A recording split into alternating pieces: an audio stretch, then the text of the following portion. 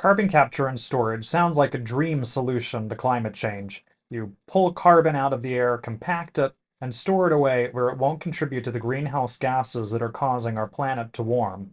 However, after 50 years of research and development, carbon capture still isn't cost effective, easily done, or showing any real signs of emerging as a viable solution in the long term. Plus, environmentalists remind us that carbon capture is a band-aid to the problem of climate change, not actually a solution that gets us to reduce emissions. Finally, it turns out that where we put that stored carbon is important. Putting it in the wrong place might just cause a whole range of environmental and human consequences. I'm Weston Twardowski, an instructor in Rice University's Environmental Studies program and the program manager of the Diluvial Houston Initiative, and you're listening to Gulf Streams on KPFT Houston 90.1 FM, Galveston 89.5 FM, and Huntsville 89.7 FM, where we talk with leading experts and community leaders to better understand the environmental problems and potential solutions facing our community. Before we jump into our conversation, I want to remind you that KPFT Houston is currently in our February fund drive. As public radio, KPFT Houston can only exist with your support. Over 90% of our funding comes from listeners like you. If you're enjoying Gulf Streams and want to support our work, please call 713-526-KPFT and pledge a donation. You can make a one-time donation or become a monthly sustainer to support our work. In the coming weeks, Gulf Streams will feature conversations with experts on plastic waste, carbon capture and storage, meat production, and the economics of climate change.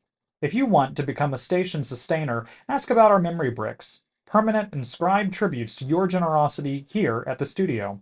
And during our entire pledge drive, every new sustainer pledge at any amount will automatically result in an additional donation of $50, thanks to a generous matching gift pledge.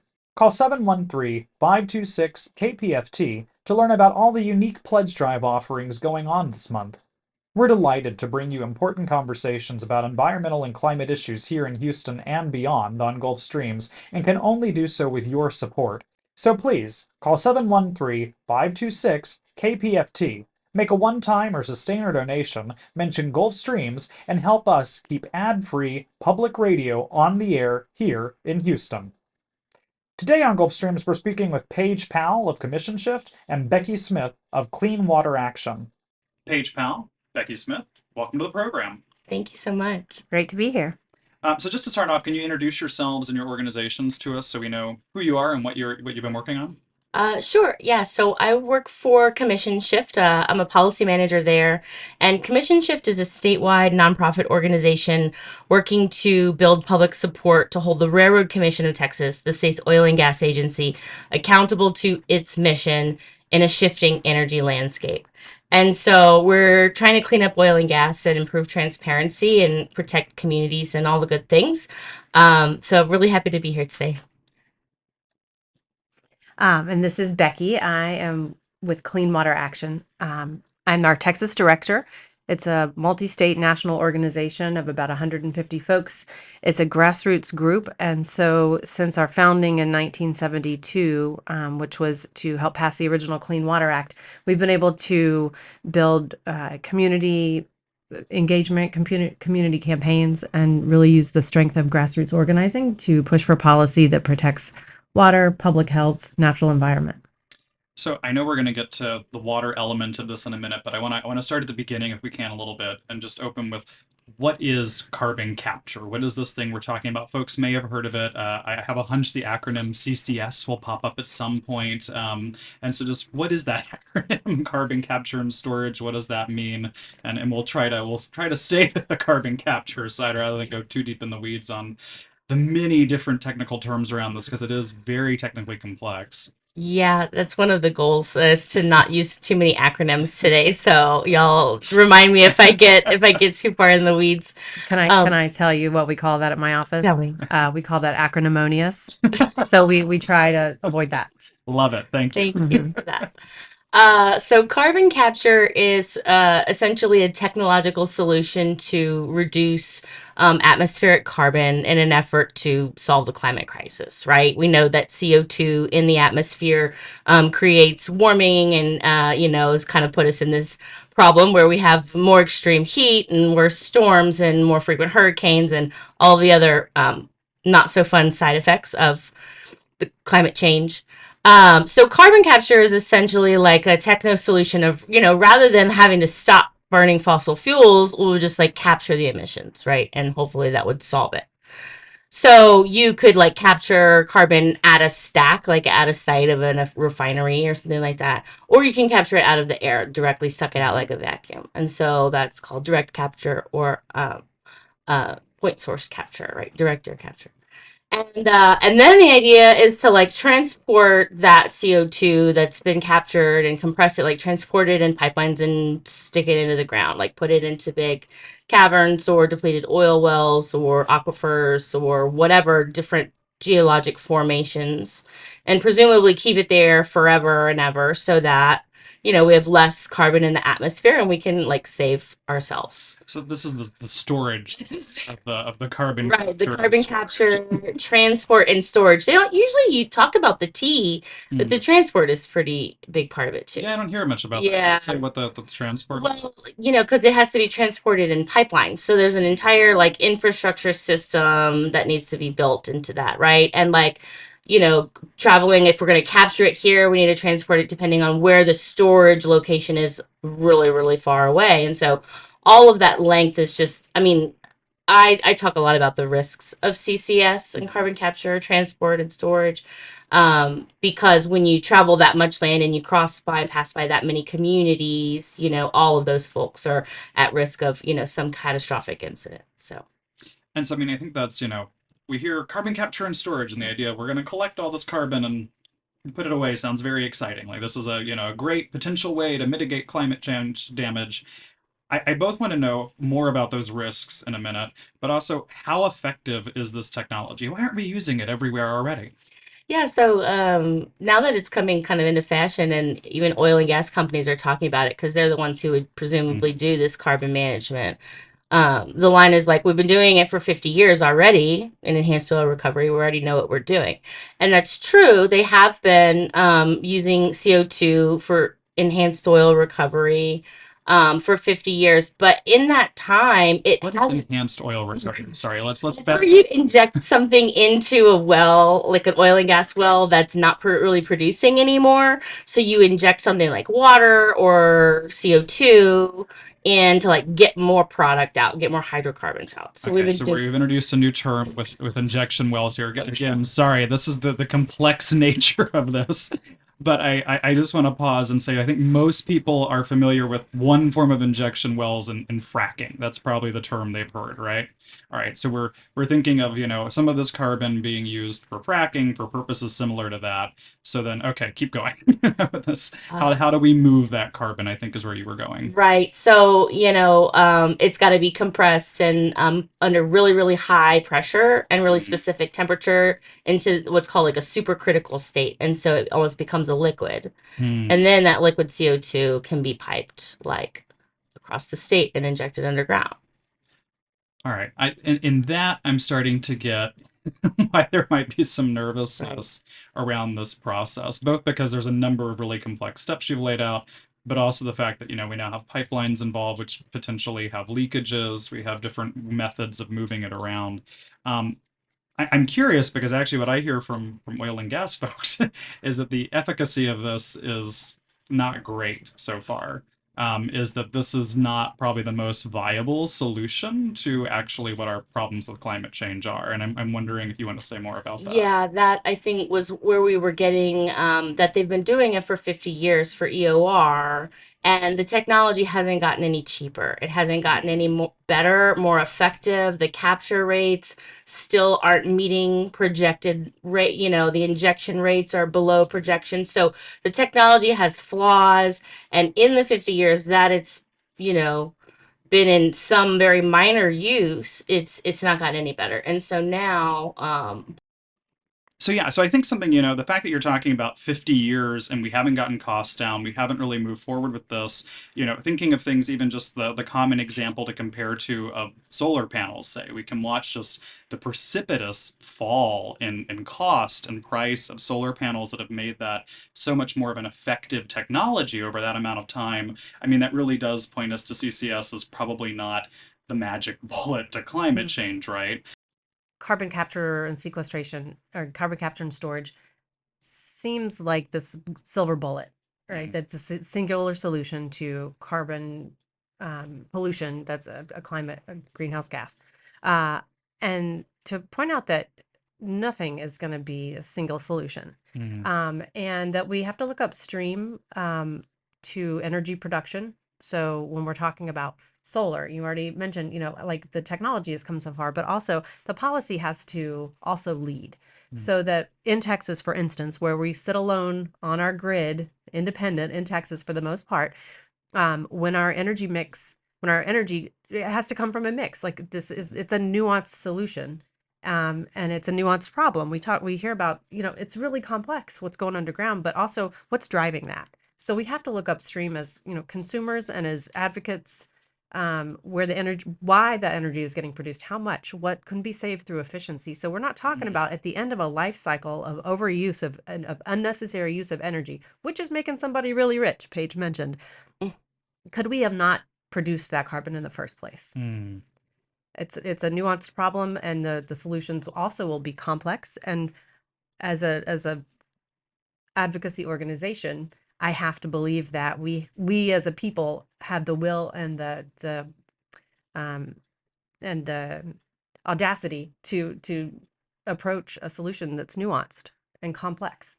No, and I so appreciate that because I think it's one of the things we consistently come back to is that these issues are so overlapping, so intricately connected, and the idea that there is a quick fix to any of them, something that, I have to work through with my students constantly is this kind of like, well, what if we did this? And it's like, all right, here are the 17 reasons Mm. that, that gets complex. If there was an easy solution to climate change, we'd have solved it. It Right. is the vastness of this and the vastness of these interconnected infrastructure systems and ways of being that absolutely I really appreciate you drawing our attention to that. Yeah, and just thinking about safety rails, right? Yeah. Guide rails. That's what our work as advocates and on the policy piece and the regulation piece isn't to say that this isn't going to happen or it can't happen. We have to have energy. I also like to plug in my coffee maker in the morning. Um, but to provide for some guide rails that Yeah. protect real people and real resources. Thank you for That's what that. we're here for. And I think one of the things I hear a lot from proponents of CCS and carbon capture is that we have to use every tool in the toolbox because this is complicated and complex and we don't know what's going to work. But we already know that carbon capture is expensive and it doesn't work and it's not the best use of our scarce resources in this moment, right? It might be something that we need for those last few hard to abate emissions in 30 years. But right now, there are cheaper, more effective tools that we can use to reduce greater amounts of CO2, like nature based solutions, like housing efficiency, energy efficiency, and renewable energy generation, all of the things that Becky just talked about. So let's not use broken tools, right? Let's not keep subsidizing, incentivizing the generation of CO2 pollution and make a good choice about what we're doing in this moment, our climate moment right now. Yes, any technology that will further the life of burning fossil fuels is not our first tool. Thank you. I think that's really important Yeah. to get across. I appreciate that. Thank you. Um, but beyond that, I think what both of you are really clued into and really are here to talk about is some of these risks. And so, in particular, maybe we'll go over to you, Becky. And why is this a water risk? You're thinking Mhm. about water in particular. How is this connected to water issues? Well, I'd like to start with a little background on some Please. of our federal regulations around water and how they do, in fact, connect into this injection issue. So, of course, there's the 1972 Clean Water Act, which was the first overarching federal regulation to protect water quality, period. And then closely on the heels, the 1974 Safe Drinking Water Act.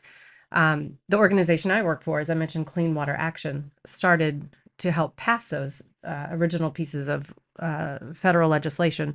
Um, and the Safe Drinking Water Act authorizes EPA to regulate underground injection control program. So that's exactly what we're talking about. Anything that's going to get injected underground that might affect a current or potential future drinking water source is now, post 1974 and the underground injection control program. So it's the UIC. I'll try to keep saying it. This is about water. This is the EPA, and this is where we intersect with anybody who's trying to do any of that in underground injection. And so again, how does this connect to water? 44% of Americans rely on groundwater as the supply for their drinking water. Here in Houston, our main Houston system that serves about 2.2 million people, comes about 13% of that water is taken from groundwater sources. So think pumping, wells, aquifers. The rest of the percentage, the mix of water, is from surface water resources, lakes, rivers, streams.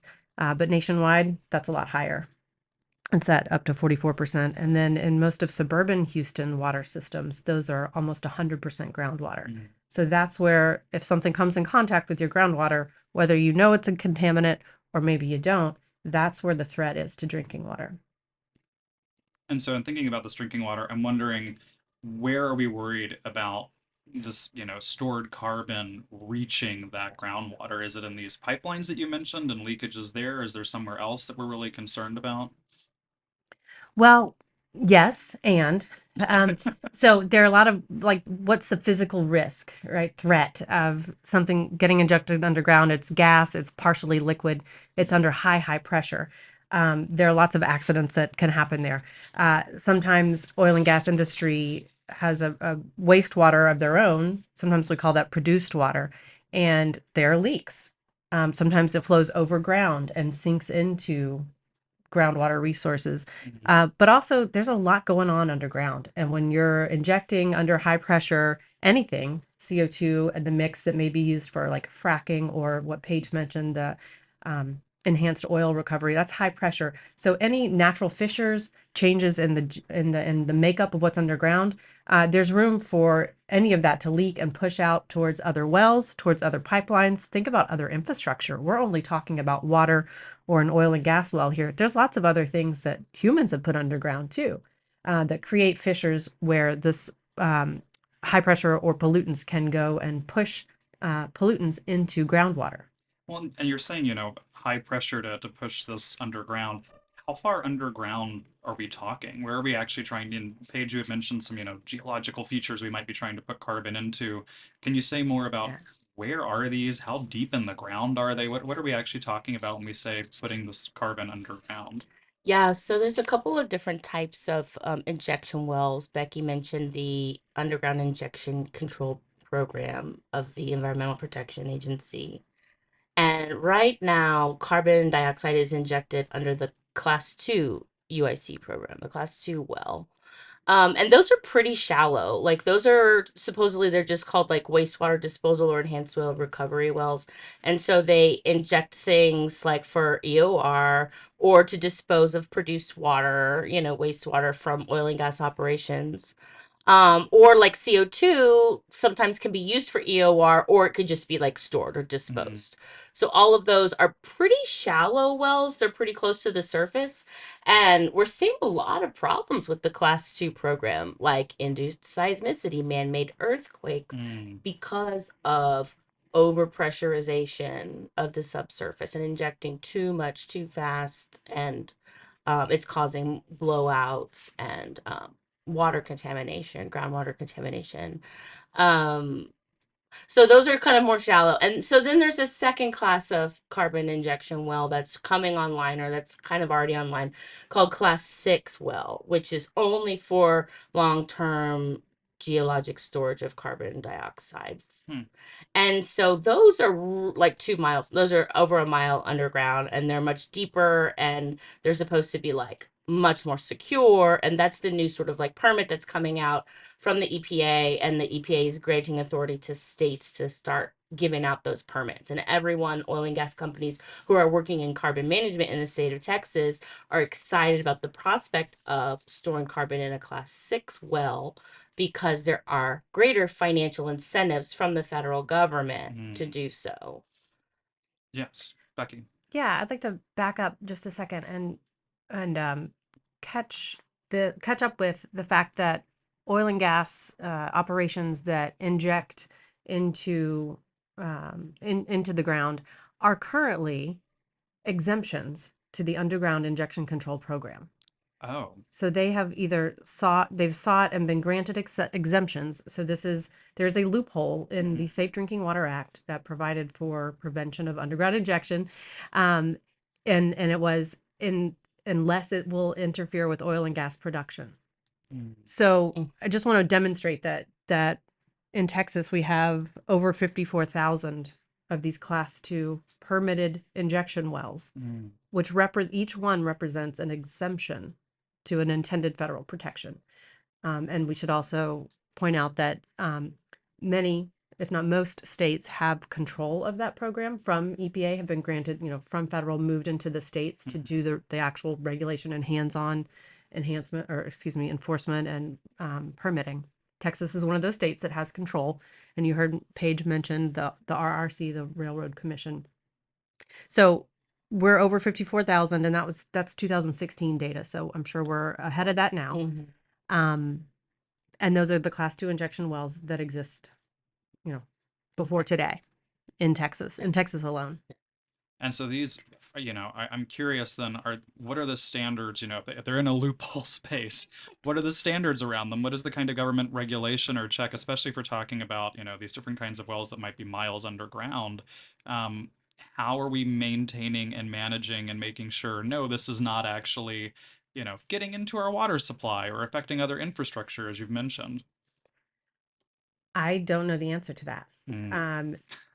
Our Clean Water Action recommends, after a decade or more of research and looking into multiple states, not just Texas, that we need an update of the regulation for class 2 injection wells. And then that's at the federal level, and then has to come down to Texas, where the rubber meets the road on who's permitting and regulating and enforcing safety measures for injection wells.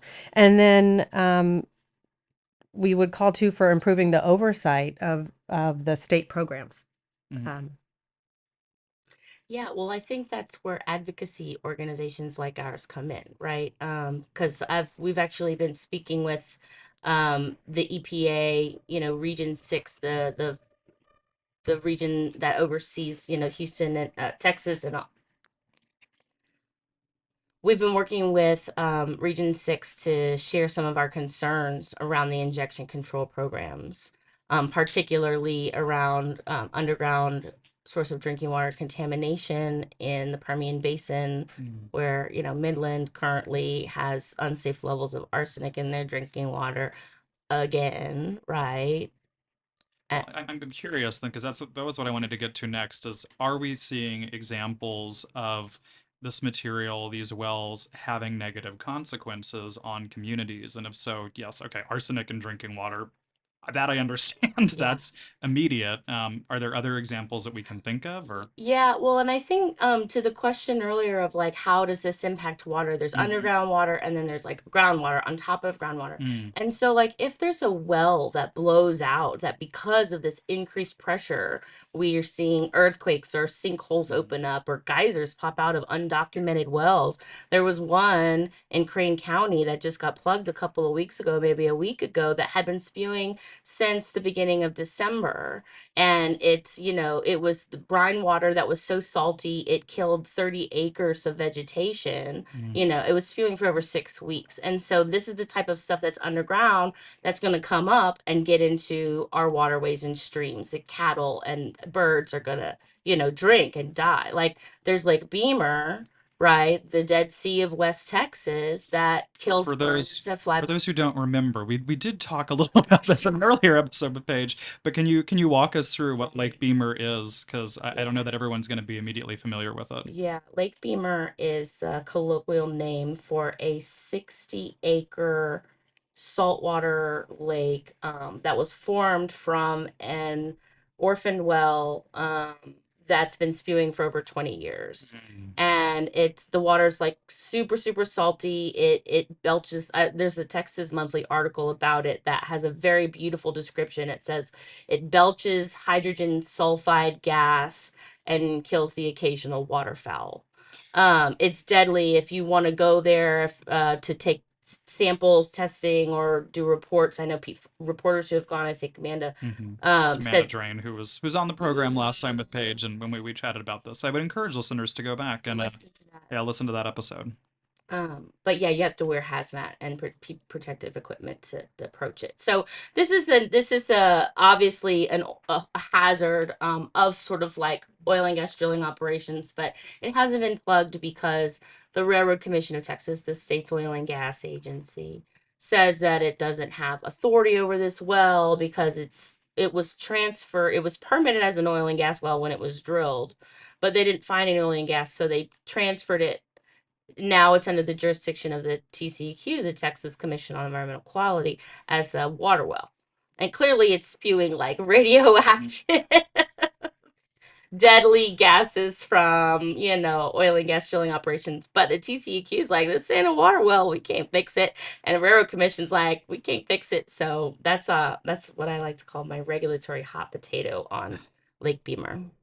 Well, and I guess that prompts who is regulating these new carbon storage areas, and are we going to have similar issues of the government agencies not wanting to take charge of these? Yeah, right now. Currently, EPA Okay. for Texas is the regulator of Class 6 wells. These are the wells that are intended for use for long-term storage or permanent storage. We've seen when our neighboring state in Louisiana recently made a successful bid to have the state's agencies take over primacy, which is the ability to give permits and do the regulation from the federal government to the state of Louisiana's state agencies. And I think Paige may speak to some upcoming activity we see heading here for Texas on Class 6 well regulation. Yeah, the Railroad Commission has their application in to the EPA to obtain primacy over Class 6 injection wells. It's not, been approved yet. It's still in the review process. So currently the EPA still has authority over permitting Class 6 wells in Texas, and they're doing so. There are several permit applications already in the hopper, so to speak, and the first open comment period for the first one is going to be in mid-July, or it's projected to be in mid-July, up in Ector County, where Oxy's doing their, carbon capture projects. If the Railroad Commission were to obtain primacy, what does that actually mean in principle? What do we expect would start to happen? Are there any examples from what's happening in Louisiana when the EPA is no longer principally responsible for these? Well, I think our biggest concern is that the Railroad Commission of Texas does not have a very strong history of enforcement, Mm. and they really haven't done a very good job of protecting groundwater already. The programs under their current purview are failing, and we expect that if they get primacy, to begin granting Class 6 permits, they will start handing them out. I don't want to say like candy, but like the permitting process will speed up, and we will see more permits happening faster, and not maybe not managed as well, right, under their purview. So I'm curious about, especially for a Houston listenership or kind of greater Houston area, I think when we think of orphan wells, we've talked about in the past, when we think of these different places, one, there are a surprising number that are really around the Houston area.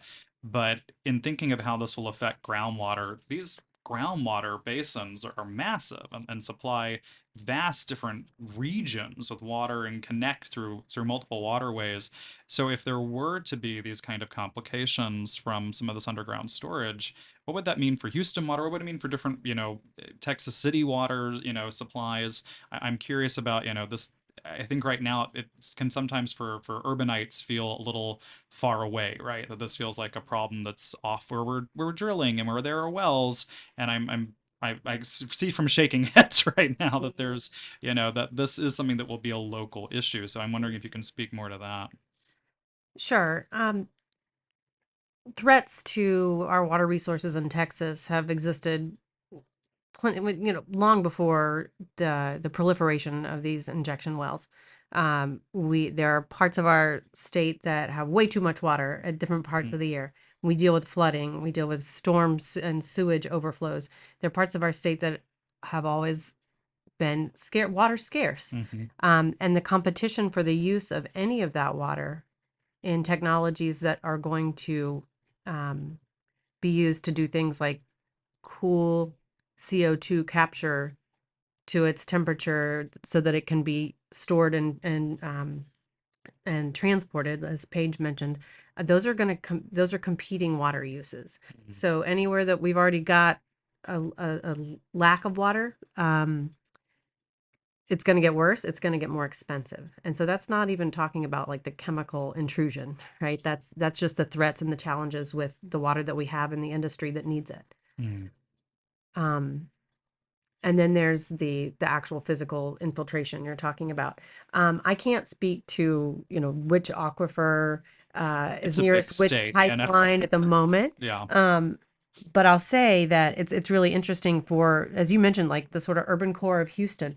I would encourage folks to go look where your drinking water comes from, and it's easier than you may think. I'm happy to spell that out. Please do. For folks who are curious, listeners who are curious about where your drinking water comes from and what potential threats are, I suggest just do a general internet search for drinking water quality report and the name of your town or city. What's going to pop up are some offerings. You might see the acronym called CCR. It's a Consumer Confidence Report. And if you're every drinking water utility customer, which often in the city is actually landlords and not necessarily the folks who are consuming it, get one in the mail or at least in their electronic bill every year. And it reports on, here's the water quality, here are the federal regulations that we have to follow, here are what we found in the samples. But the first thing it says is what I always look for when I'm traveling. Where does the water come from? So when you look at the city of Houston, as I mentioned, you'll see there are, I think it's six surface water bodies and 13 wells, and that's just Houston. And then again in suburban Houston, it's 100% well water, and it will tell you the name of the aquifers it comes from. So I think it's the Chico Aquifer is near Houston, so it's not that far out. Yeah, this water is flowing and connected. It's connected to all of the gas, all of it, and the land, and the seismic activity, and potential pipelines where we're going to build this. Yeah, in addition to, the permit applications in the Permian Basin, there's some along the Gulf Coast as well, right? We're seeing it in Chambers County where they want to inject. We're seeing it in the near offshore. We're seeing it along the coast, down in Kingsville and that sort of thing. But even outside of groundwater contamination, there are other risks associated with carbon capture, transport, use, and storage projects that are going to heavily impact Houstonians, particularly being in the proximity to pipelines, to carbon transport pipelines. If you live anywhere near the ship channel, the hydrogen projects that are coming that are related to carbon capture. Having how are those related? So there are a couple different ways to produce hydrogen. The favorite in Texas being blue hydrogen, what they call, which is the reformation of methane. It's called steam methane reformation, where you mix natural gas and water and steam, and you get the output of hydrogen and CO2. And so now you have sort of like a clean burning fuel in hydrogen, but this waste product CO2 that needs to be now stored underground or whatever with CCS.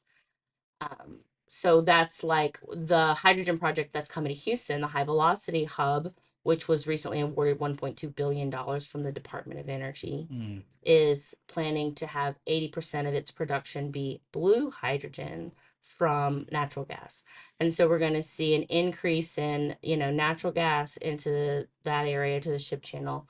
We're going to see more water consumption through steam methane reformation. We're going to see more volatility in, having those volumes of hydrogen stored and transported around the ship channel with near lots of other chemicals and things.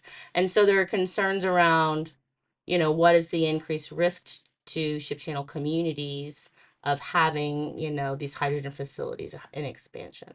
What is the risk to coastal communities of having new CO2 pipeline infrastructure when we already know that this part of the country has the most hazardous pipeline incidents because we have the most shifting land? And so you put, hard pipelines into the soft ground and you're going to see problems. So we're going to see pipeline ruptures, right? And CO2 is an asphyxiant, it's deadly. It's going to go to the low lying areas, and it's going to, it can suffocate. It can cause long term neurological damage. It makes your car so you can't run if you have a combustion engine. So even emergency vehicles can't get to folks that are in a CO2 plume. So there are a lot of problems, even outside of groundwater contamination, that we're concerned about with carbon capture and storage projects. I just want to note that I see our audio engineer Rico has pulled up the drinking water report for Houston, and just some top line things popping up are already arsenic and lead, Yeah. amongst other things that I'm sure if we continued scrolling, water loss, variety of issues here. So yes, please do take Becky up on that suggestion, and go look at actually what's in your water.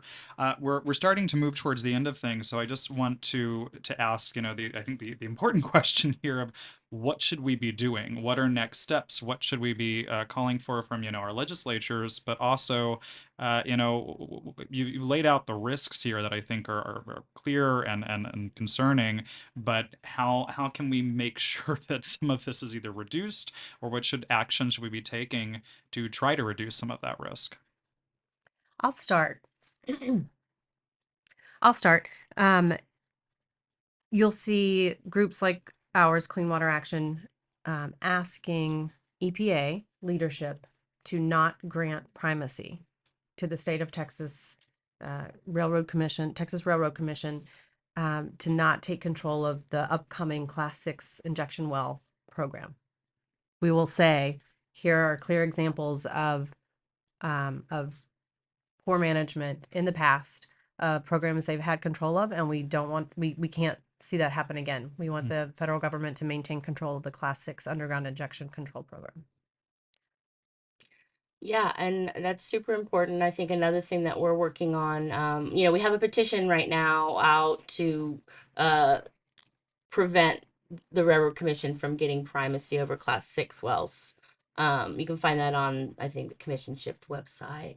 It's like bit.ly/no TX primacy. But we're also, asking for reform of the Class 2 program, right? Because that's highly problematic. And then there's also other protections that you can ask for, if and when these projects continue to go forward. Because sometimes, it feels like the wheels are already in motion. There's a lot of energy, a lot of people who are going to get really rich on this and that are really excited about moving it forward. So, consider that we're fighting that amount of momentum, right? It may be impossible to stop all of these projects. I don't know. That's what we're working on in building this coalition and trying to talk about this. But at the very least, there are sensible policies that can be put in place to protect people, communities, etc. And the Department of Energy put out a call last summer for comments on a responsible carbon management plan. And I didn't want to respond to them because I was like, this is silly. There's no such thing as responsible carbon management. But I felt that they needed to hear, because there are a lot of things. So anyway, I came up with this 15-point plan, which is only 15. I tried to limit it, only 15. There are even more things that we This need. is an impressive comment response. Yeah, I did. I came back with my 15-point plan. I was like, well, first of all, we shouldn't be using it for EOR. We need to have co-benefits for other air pollutant removal. We need to ensure that aging infrastructure is not repurposed for new projects, which will, increase the likelihood of catastrophe. We need to ensure that there are adequate worker protections for folks who are going to work in and on these projects. We need to ensure, environmental justice, free, prior, and informed consent. The community benefits agreements don't allow for more pollution in already overburdened communities. Like, there are things, provisions, policy suggestions that could be written into these processes. And so as the rules are coming up in the next few years, right, in the 2025 state legislative session, they're going to be passing bills on, carbon dioxide rules and CCS storage.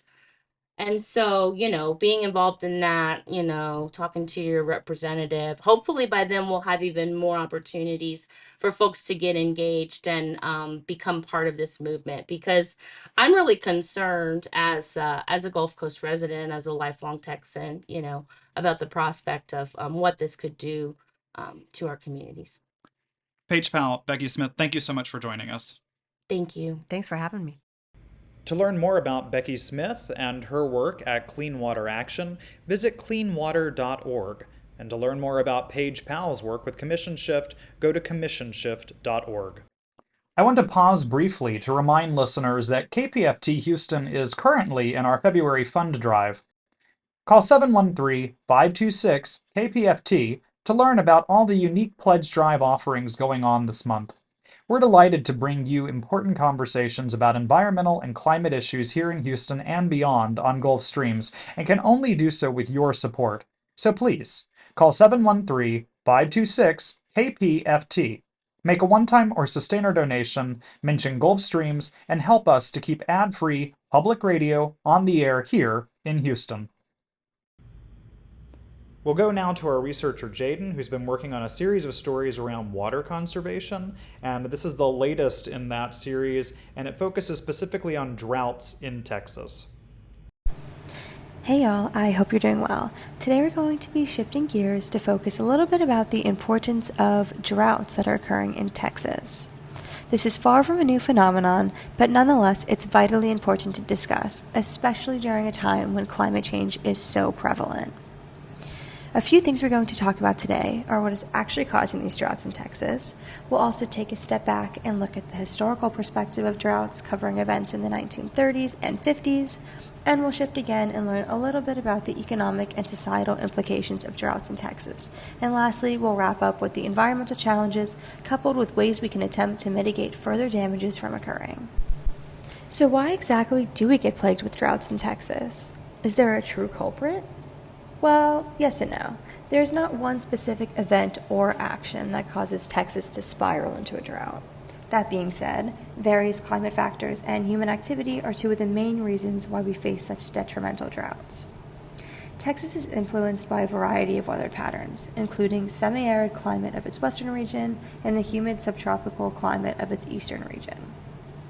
Additionally, Texas is known for its high temperatures, especially during the summer months. These high temperatures can enhance evaporation rates, leading to an increased water loss from its soils and the surface of bodies of water. Having prolonged periods of heat exacerbates drought conditions by drying out vegetation and soil. An article in 2023 by the Texas Tribune stated that farmers can irrigate their crops during dry periods, but this summer's heat and drought has made it difficult for irrigation systems to keep up. Through this, we can see that these increasing temperatures are making an already dry, prone climate more susceptible to disasters. It's also important to note that Texas has diverse topography, ranging from coastal plains to rugged mountains and nearly everything in between. This leaves certain areas, such as plains and plateaus, far more prone to droughts due to limited moisture retention and runoff. Factors such as the Gulf of Mexico also play crucial roles in droughts that impact Texas. For example, the Gulf is a breeding ground for hurricanes and tropical storms. especially during the Atlantic hurricane season, which typically runs from June to November. While oftentimes these storms cause more damage due to flooding and infrastructure issues, they also are a factor in impacting the climate dynamic, subsequently impacting the droughts throughout Texas. Human activity is another factor that leads to droughts. According to the International Civil Defense Organization, human activity can directly trigger exacerbating factors such as overfarming, excessive irrigation, deforestation, and erosion, which adversely impact the ability of land to capture and hold water. In arid climates, the main source of erosion is wind. The wind can cause small particles to be lifted and therefore move to another region, which is known as deflation. Suspended particles within the wind may impact soil objects, causing erosion by abrasion. Wind erosion generally occurs in areas with little or no vegetation, often in areas where there is insufficient rainfall to support vegetation. So to further expand on this, it is understood that factors such as overfarming and overgrazing can lead to soil being compacted and unable to hold water. What this means is soil becomes drier and ultimately more vulnerable to erosion and subsequently droughts. Taking a step back, let's look at droughts from a historical perspective. In the 1930s, the U.S. experienced some of the worst dust storms and droughts that the U.S. has ever seen. The Dust Bowl was a severe drought, and given the name, dust storms too were involved. These environmental disasters affected the southern plains of the United States, including the Panhandle region of Texas. The combination of prolonged droughts, poor land management practices, and high wind led to massive dust storms that devastated agricultural lands and caused significant economic and environmental impacts. In Texas alone, the Dust Bowl contributed to crop failure, soil erosion, and widespread economic hardships for farmers and ranchers alike. Unfortunately, the last of the hardships wouldn't be left in the 30s. During the 1950s, another series of droughts occurred in Texas. During this time, the droughts lasted from approximately 1949 to 1957, and at the time, the state of Texas saw major impacts on agriculture, water resources, and communities. In addition, crop failures, livestock losses, and water shortages were widespread, leading to more economic hardships and social disruptions. For Texans, the drought of the 1950s remains a benchmark for extreme drought conditions and serves as a reminder of the vulnerability of the region to prolonged dry spells. While Texas has a relatively long history of droughts and natural disasters at large, it must be remembered that these events are not restricted to periods long ago. In fact, in 2006 and 2011, two major droughts occurred, which resulted in the loss of hundreds of lives, billions of dollars of agricultural losses due to crop failures, and thousands of square miles of land lost to wildfires, according to Science Direct. Droughts in Texas, as well as globally, can contribute to the reduction of reservoir levels. Changes in events such as precipitation patterns, increased evaporation rates due to higher temperatures, and increased water demand can lead to the reduced water levels in reservoirs. This can impact our water supply for drinking, agriculture, hydropower generation, and ecosystem health, among others. Further, these droughts can also have lasting consequences on wildlife. When environmental changes occur, such as habitat loss, fragmentation, droughts, and degradation, they can have adverse effects on wildlife populations. This can lead to loss of biodiversity, changes in species distribution, and increased risk of extinction of vulnerable species. Unsurprisingly, droughts can impact all aspects of life, including social and economic facets. Let's start with the decreased water availability. Droughts can lead to decreased precipitation, reduced river flows, and depleting groundwater levels, which ultimately limit the water available for urban areas. Due to this, water scarcity issues may arise, such as increased competition for water resources and the need for stricter water use regulations. Other issues that arise are related to water infrastructure. When droughts occur, water treatment plants may not be able to keep up with the high demand for clean water, which could potentially lead to disruptions in water supply. Droughts don't only impact urban water supply systems. In fact, crop failures and reduction yields can become quite prominent during such trying times.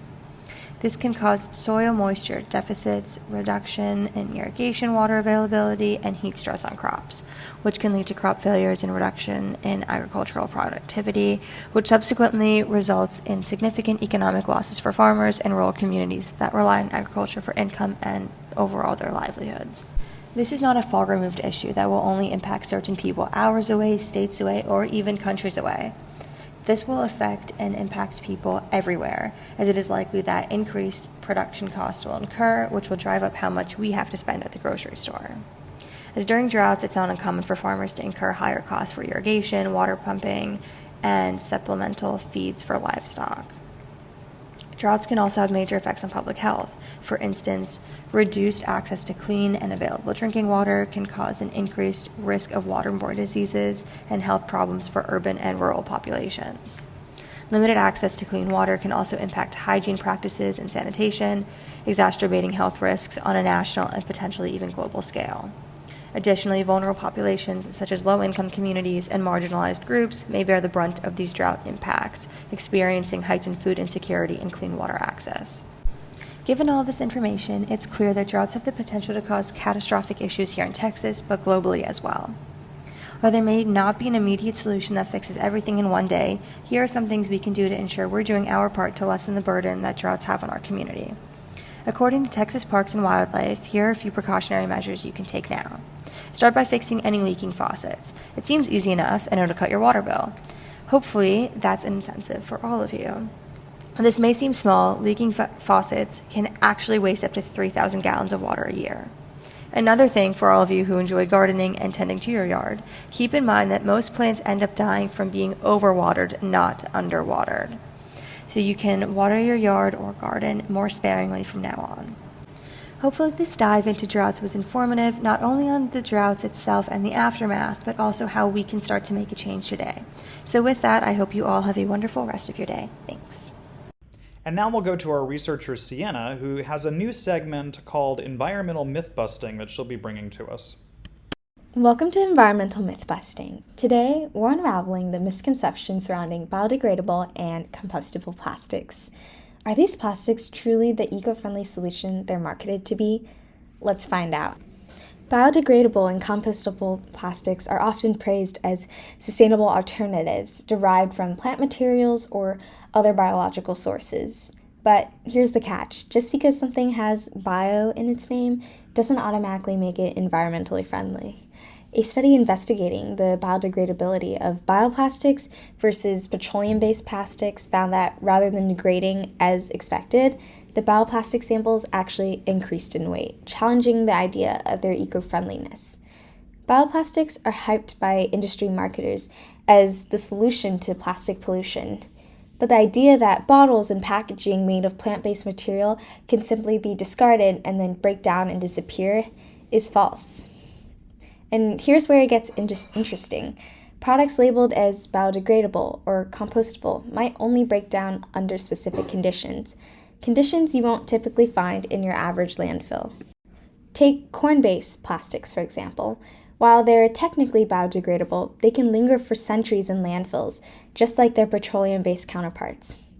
According to research highlighted in Yale Environment 360, when bioplastics end up in landfills, which is often the case, lacking the necessary oxygen to facilitate degradation, they can persist for centuries and emit methane, a potent greenhouse gas. Studies have shown that biodegradable plastics face significant challenges outside of controlled environments. They need very specific conditions, like those found in high-temperature industrial composting facilities, to break down efficiently. Industrial composting is necessary to heat the bioplastic to a high enough temperature that allows the microbes to break it down. Otherwise, the bioplastics won't degrade on their own in a meaningful time frame. In one 2019 study, researchers left compostable plastic bags buried in a soil or submerged in seawater for 3 years as a trial. At the end, some of the bags were intact enough to carry a full load of groceries still, which means that without a dramatically ramped up global system of collecting and processing biodegradable packaging, compostable is not much better than plastic for the environment. So, how come some of these bioplastics end up in landfills? In the US, only 27% of the population have access to food waste composting programs, and only 142 out of the 201 industrial composting facilities nationwide that process food waste will accept compostable packaging. This means that the country is producing far more biodegradable and compostable cups, plates, and utensils than it can actually process. For example, cities as big as Atlanta do not have a composting plant within an hour's drive, and the entire state of Alabama does not have a single place that can digest compostable plastic. And we know that this plastic issue is huge. A recent study in the journal Science estimated that approximately 11 million metric tons of plastic find their way into the oceans each year, with projections suggesting a tripling of plastic waste production by 2040 if current consumption trends continue. This highlights the urgent need for effective solutions to address plastic pollution. So, if biodegradable plastics aren't the solution to our plastic pollution crisis, what alternatives do we have?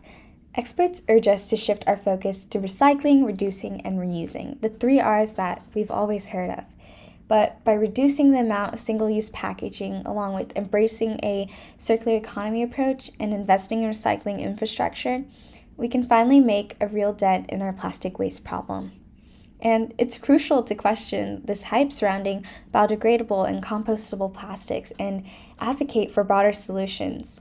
While they may seem like a step in the right direction, they're not a cure-all. Let's prioritize long-term solutions that address the systemic and root causes of plastic pollution. So thank you guys for tuning in to Environmental Myth-Busting. Join us next time as we continue to explore environmental issues and uncover the truth behind the headlines. And Jadyn also has a short piece on how to get involved around town this week in Houston. Hey y'all, I hope you're doing well.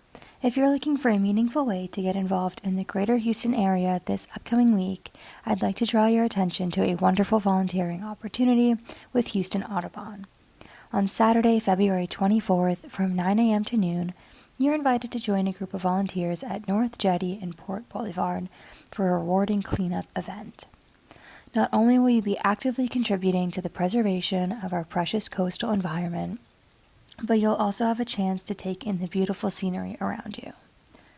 Volunteering here offers a hands-on approach to environmental stewardship, fostering lasting benefits for both our natural surroundings and our local communities.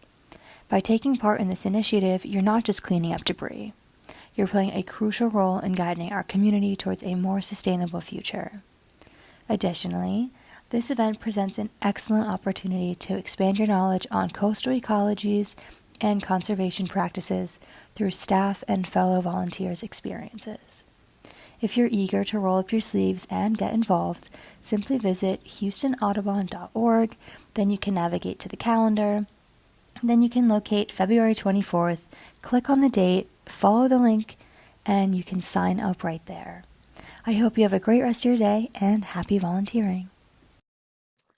Up next time on Gulf Streams, we have our second piece in our series on plastics. This time we're talking about PFAS, or forever chemicals, what they are, why they matter, and what can be done to reduce their harm on our environment and health.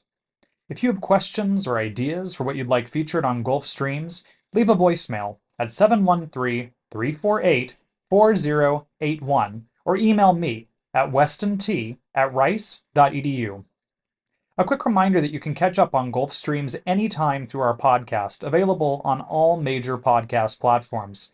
If you enjoy the show, please like and subscribe to make sure you never miss an episode. Finally, I'd like to remind listeners that KPFT is in our February Fund Drive. To support more programming, please call 713-526-KPFT. Press 1 for donations and mention Gulf Streams when you pledge to help keep our work going. This work is only possible with your generous support, so please call in to 713-526-KPFT, extension 1, and make a pledge to keep us on the air and bringing you the most important stories about the environment and our changing climate here in Houston. Gulf Streams is a co-production of KPFT Houston and Rice's Center for Environmental Studies, with support from the Andrew W. Mellon Foundation and the Rice Sustainability Institute's Eco Studio. Produced by Weston Twardowski. Co-produced by Joseph Campana.